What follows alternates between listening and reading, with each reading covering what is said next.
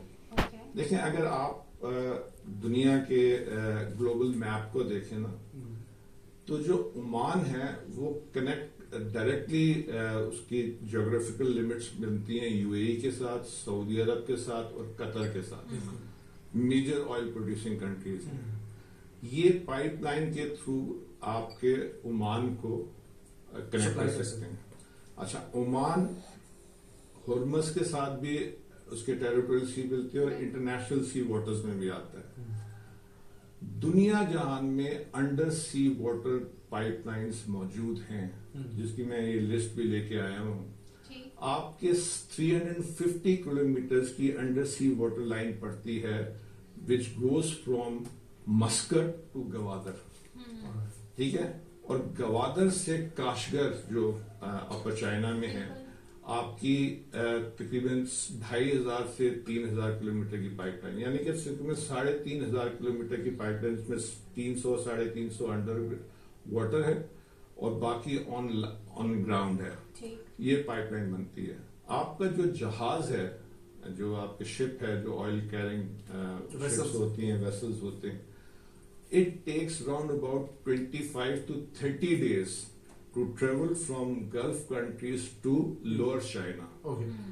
اگر آپ یہ پائپ لائن ڈال دیتے ہیں تو it will take only 1.5 days to pump petroleum products to China. اچھا, پھر گوادر ایک ہب بن جائے گا, جو آج کل فجیرہ جس طرح سے اسی طرح سے گوادر ایک ہب بن جائے گا. صرف وہ چائنا کو پروڈکٹ سپلائی نہیں کر رہا ہوگا جی, وہ انڈیا کو کر رہا ہوگا, وہ ملائیشیا کو کر رہا ہوگا, وہ فلپائن کو کر رہا ہوگا, وہ جاپان کو کر رہا ہوگا. یہ جتنے بھی کنٹریز ہیں نا, وہ اس کے علاوہ سنگاپور کو کر رہا ہوگا. میجر کنٹریز جو ہیں, ٹھیک ہے نا, تو وہ ان سب کو سپلائی کر رہا ہوگا. تو فجیرہ جو اس وقت انڈر فائر ہے, ٹھیک ہے نا, فجیرہ کی بھی ایک لائن آ رہی ہے لیکن وہ باب المنڈب میں اس کا پھر ایشوز آ جاتے ہیں, ٹھیک ہے نا. تو یہ وہ ایشو ہے. اب کہاں $5 ٹریلین کے انڈائریکٹ لاسز اور $2 ٹریلین کے ڈائریکٹ لاسز, اور اس پائپ لائن کی کاسٹ جو ہے it is only 10 to 12 billion $US. 10 سے 12 بلین $US ہے, ٹھیک ہے.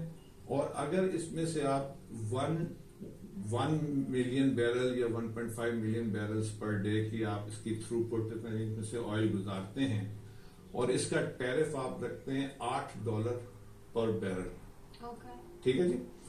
جو نارمل سی ٹیرف ہے وہ $2 سے $3 ہے, لیکن جو اس وقت لینڈ لاک کنٹریز ہیں فارمر USSR اسٹیٹ کی, وہ $6 سے $7 دے رہی ہیں. اگر آپ اس کا $8 رکھتے ہیں تو اس کا جو انٹرنل ریٹ آف ریٹرن ہے IRR وہ 20% سے اوپر جاتا ہے. اور آپ کی جو ارننگ ہے پر ایئر ارننگ ہے وہ تقریباً 2.5 to 3.5 بلین $US بنتی ہے. آپ کی جو پیمنٹ ہے اس کا پے بیک پیریڈ 4 سے 5 سال ہے. تو یہ اس قدر فائنینشلی وائبل پروجیکٹ ہے. پھر آپ ڈپینڈنٹ نہیں رہتے ان چوک پوائنٹس پہ. ڈیفینیٹلی جب آپ کی پائپ لائن ہوگی تو سب کو ایگری ایک پیج پہ آنا بھی تو ضروری ہے, کیونکہ وہ اس چیز پہ اگری نہیں ہو رہے ہیں, تو اس چیز کو ایک ہی جگہ سے ایگری کون نہیں ہو رہا. دیکھیں ایران ایگری نہیں ہو رہا, ٹھیک ہے نا جی. باقی تو سارے ایگری ہیں, ان کے تو آئل اس وقت بلاک ہوا ہوا ہے. جب آپ اگر ہم ایران کو بیچ میں سے ایلیمینیٹ کر دیں سپوز, ٹھیک ہے, تو پھر آپ کو لگتا ہے کہ ہم یہ پائپ لائن کا منصوبہ کامیاب ہو. اور دیکھیں اگر ایران کو ایلیمینیٹ نہیں بھی کرتے تو بعد میں جو آپ کی ایران کی جو گوادر کے ساتھ پورٹ ہے اس کو آپ لنک کر دیں گوادر کے ساتھ, تو ایران کا پروڈکٹ بھی اس میں سے. اچھا سلمان صاحب, ایک اور سوال یہاں پر یہ آتا ہے کہ ابھی ان سارے ڈائلاگس میں ایک ایشو جو بنا اب نئے ہرمز کے ساتھ ساتھ وہ تھا سینکشنز کے حوالے سے. کتنا عرصہ ایران نے سفر کیا ہے. اگر یہ سینکشنز ایران کے اوپر ہٹتی ہے ان کو تو فائدہ ہوگا, لیکن اس کا پاکستان کو کیا فائدہ ہے؟ جو ذکر کیا جاتا ہے کہ ہماری گیس پائپ لائن وہاں پر بچھی ہوئی ہے اور اس طریقے سے جو باتیں ہیں. دیکھیں جو Iran Pakistan gas pipe line تھی نا, اس وقت آپ کی LNG آلموسٹ قطر کی وجہ سے بلاکڈ ہے. ٹھیک ہے. اگر آپ Iran Pakistan gas pipe line ڈال لیتے ہیں تو یہی آپ کو جو گیس ہے وہ تقریباً 8 سے 9 روپے پر MMBTU مل سکتی ہے. ٹھیک ہے. اس کا سب سے بڑا فائدہ یہ ہے. لیکن یہ ایک جیو پولیٹیکل معاملہ ہے, اس میں ہم فوری طور پہ جمپ نہیں کر سکتے. لیکن یہ جو پائپ لائن کا پروجیکٹ میں نے آپ کو بتایا ہے نا, یہ پریزنٹ اسٹیٹ آف ہرمز اور فیوچر اسٹیٹ آف ملائکہ, ان دونوں کے لیے دونوں کا ایک واحد حل ہے اور فائنینشلی وائبل ہے. 45 دن کے نقصانات کو کہاں مثلاً $7 ٹریلین اور کہاں 8 سے 10 بلین US. اب جہاں تک آپ کی LNG کا تعلق ہے یا آپ کی بلاکیج کا, آپ کے جو پاور پلانٹس ہیں ان کا تعلق ہے, اس کا آلٹرنیٹ بھی موجود ہے جو کہ دنیا میں ہو رہا ہے. وہ ہے کول واٹر سلری. پاکستان میں 185 بلین میٹرک ٹن کے کول ریزروز موجود ہیں, اور دنیا جہان میں بھی جو فرنس آئل اور LNG کو اگر کسی نے ریپلیس کیا ہے تو وہ کول واٹر سلری نے کیا. کول واٹر سلری یہ ہوتا ہے کہ آپ کول کو 50 مائکرون پارٹیکل سائز میں چینج کرتے ہیں, اس میں پانی اور ایک ایڈ مکسچر ایڈ کرتے ہیں, اور جو بوائلرز ہیں اس کی صرف آپ کو اس میں تھوڑی سی ریٹروفیکیشن کرنی پڑتی ہے, اور آپ کول واٹر سلری کو یوز کر سکتے ہیں. کول واٹر سلری اگر آپ لوکل کول سے استعمال کرتے ہیں تو آج کی تاریخ میں اس کی جو کاسٹ بنتی ہے وہ 8 سے 10 روپے پر کلو واٹ آور بنتی ہے, جبکہ اس وقت LNG کی اور LNG بیسڈ گیس کی جو پرائس ہے وہ 29 to 30 روپیز ہے, اور جو فرنس آئل کی ہے وہ 30+ ہے. So we have alternates جن کو ہم استعمال نہیں کر رہے, اس کی طرف فوکس نہیں ہو رہا. نہیں ہم استعمال کر رہے ہیں. دیکھیں یہ ایک میجر پالیسی ڈیسیجنز ہیں جو کہ پاکستان کو اب لینے پڑیں گے. ہاں ٹھیک ہے نا. ایسا تو نہیں ہے کہ ان کے پاس بھی کوئی پالیسی میکرز نہیں ہوں گے جن کے اس کے بارے میں آئیڈیا ہی نہیں ہوگا. نالج تو ان کو بھی ہوگی. لیکن میں اس پائپ لائن کے بارے میں بتاتا ہوں جس کا انٹرنل ریٹ آف ریٹرن 20% ہو, جس میں آپ کی جو ٹوٹل انویسٹمنٹ ہے وہ 4 سے 5 سال میں آپ کو مل رہی ہو, اور اگر یہ BOT بیسس پہ ہے پبلک پرائیویٹ پارٹنرشپ میں تو آپ کے پاس 25 سے 30 سال کا پیریڈ ہے, تو کون اس میں انویسٹمنٹ نہیں کرنا. میں یہی تو بولوں گا کہ یہ جتنے اسٹیک ہولڈرز جن کو فائدہ ہوگا وہ سب پیسہ لگے. پاکستان کا تو پیسہ لگ بھی نہیں رہا. پاکستان صرف اس پائپ لائن کے پاکستان ایک فجیرہ کا آلٹرنیٹ بن جائے گا. ڈیفینیٹلی جو ہم چاہتے ہیں گوادر کے, ٹھیک ہے نا. گوادر میں نہ صرف یہ بلکہ petrochemical, fertilizer, food items, heavy machinery سب ادھر آ کے پارک ہوں گے. ایگزیکٹلی. اور اگر آپ یہ دیکھیں نا, اگر 1.5 ملین بیرلز پر ڈے پاکستان کا میں سے گزر رہا ہے تو پاکستان جیوگرافیکلی اور پولیٹیکلی کتنا اسٹرانگ ہو جائے. ڈیفینیٹلی. اچھا سلمان صاحب, یہ ٹاپک تو انتہائی مزے کا ہے اور یہ لمبا چلے گا. ٹھیک ہے, اس پر ہم آپ کو کسی دن جو ہے نا وہ دوبارہ شرکت کا کہیں گے, کیونکہ کچھ سی پیک کے حوالے سے بھی ہم نے بات کرنی تھی, اور بھی پاکستان کے اندر جو انرجی کرائسس چل رہے ہیں اس کے اوپر بھی. لیکن ہمارے پاس کچھ تھوڑا سا وقت بچا ہے تو ہم چاہیں گے کہ آپ اپنی فاؤنڈیشن کے حوالے سے بھی جو ہے نا وہ بتائیں کہ سلمان کرسچیانی فاؤنڈیشن اس وقت کیا ہے. دیکھیں جی, جس طرح ایک نارمل انجینئرز ہوتے ہیں, میں نے جب گریجویشن کی میں مختلف آرگنائزیشن میں کام کیا, جس میں پاکستان اسٹیٹ آئل تھی. میں نے اپنی زندگی کا ایک میجر حصہ جو ہے 22 سال پاکستان اسٹیٹ آئل میں گزارے. پھر میں فرنٹیئر ورکس آرگنائزیشن میں رہا, اور آج کل میں چونکہ مختلف آرگنائزیشن کے بزنس وینچرز ڈیولپ کر رہا ہوں, اس میں ٹیکنو انجینئرنگ سروسز آ جاتی ہیں, اور IIW آ جاتی ہے, اور بہت ساری آرگنائزیشن آ جاتی ہیں. تو میں نے جب 60 سال کی عمر میں انسان ریٹائر ہو جاتا ہے, تو جب میں ریٹائر ہوا تو میں نے سوچا کہ مجھے کیا کرنا چاہیے. میں ایک موٹیویشنل اسپیکر بھی ہوں, ٹھیک ہے جی, میں ٹیکنیکل موٹیویشن ہوں. تو میں نے یہ سوچا کہ میری زندگی کا مقصد کیا ہے. ٹھیک ہے. تو سورہ الاسراء کی ایک آیت ہے کہ اللہ تعالیٰ نے ہر انسان کو کوئی نہ کوئی ایسی خوبی سے نوازا ہے جو اس کو دوسروں سے افضل, ممتاز, پریفریبل بناتی ہے. 17.70 ہے آیت کا نمبر. تو میں نے یہ سوچا کہ میں کیوں نہ مینٹلی چیلنج اسٹریٹ چلڈرن کے لیے، دیکھیں مینٹلی چیلنج اسٹریٹ چلڈرن جو ہوتے ہیں ان کا ایک تو علاج بہت مہنگا ہوتا ہے، پلس ان کی شیلف لائف جو ہوتی ہے وہ 6 سے 9 مہینے ہوتی ہے، اس کے بعد دے ڈائی، ٹھیک ہے نا.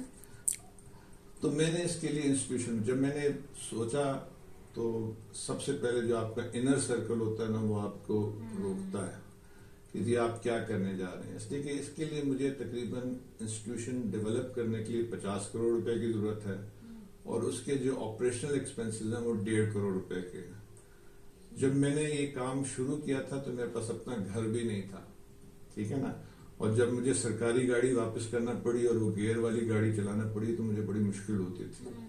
لیکن جب آپ کسی دوسرے کے لیے کچھ سوچتے ہیں تو اللہ تعالیٰ آپ کے لیے خود سے چیزیں آسان کر دیتا ہے. الحمدللہ اللہ تعالیٰ نے سب چیزیں بڑی بہتر طریقے سے چلائیں، اور میں نے اپنی جو ان بلڈ گاڈ گفٹڈ کوالٹیز تھیں اس کو ایکسپلور کیا.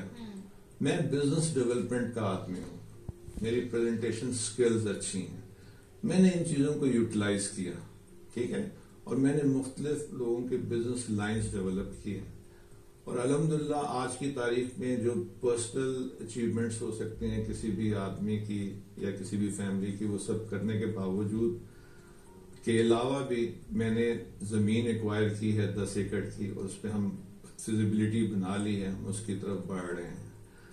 ہمارا ایم ہے کہ ہم نے state of the art institution بنانا ہے جس میں میڈیکل فیسلٹیز بھی ہوں، اس میں ہاسٹل کی فیسلٹیز بھی ہوں، اور مینٹلی چیلنج اسٹریٹ چلڈرن کے رہنے کی جگہ بھی ہو، اور ان کو ایک نارمل زندگی کی طرف ہم لے کے آ سکیں. پاکستان میں ایک ایسا state of the art institution جس میں ٹیچنگ اور ہاسپٹل اور ریزیڈینشیل فیسلٹی ہیں وہ نہیں. تو میری زندگی کا مقصد ہے کہ میں وہ انسٹیٹیوشن بنا سکوں. اچھا، اب اس میں ہم جو گنگا رام ہاسپٹل کا ماڈل تھا نا، گنگا رام ہاسپٹل میں یہ تھا کہ اس نے ریئل اسٹیٹ ڈیولپ کی تھی، دکانیں بنائی تھیں ہاسپٹل کے باہر، اور اس سے جو انکم آتی تھی اس سے وہ گنگا رام ہاسپٹل چلاتا تھا. ہم بھی اسی طرح سب سے پہلے کہ ہم کوئی ڈونیشن نہ ایکسپٹ کرتے ہیں نہ ایکسپیکٹ کرتے ہیں، ہم اپنی بزنس لائنز ڈیولپ کرتے ہیں. بہت اچھا، تاکہ وہ خود کفیل بن سکیں، تاکہ ہم خود کفیل بن سکیں. اینڈ الحمدللہ we are moving in the right direction. الحمدللہ sir, very best of luck to you. اللہ آپ کی جو ہے مشن ہے اس میں آپ کو کامیاب کرے. بہت ہی نیک آپ کے خیالات ہیں. بہت اچھا لگا آپ سے مل کے سلمان کھسرانی صاحب. Once again thank you so much for coming. خواتین و حضرات، ہیڈ لائنز کا وقت ہوا چاہتا ہے، ویل ٹیک اے بریک ہمارے ساتھ.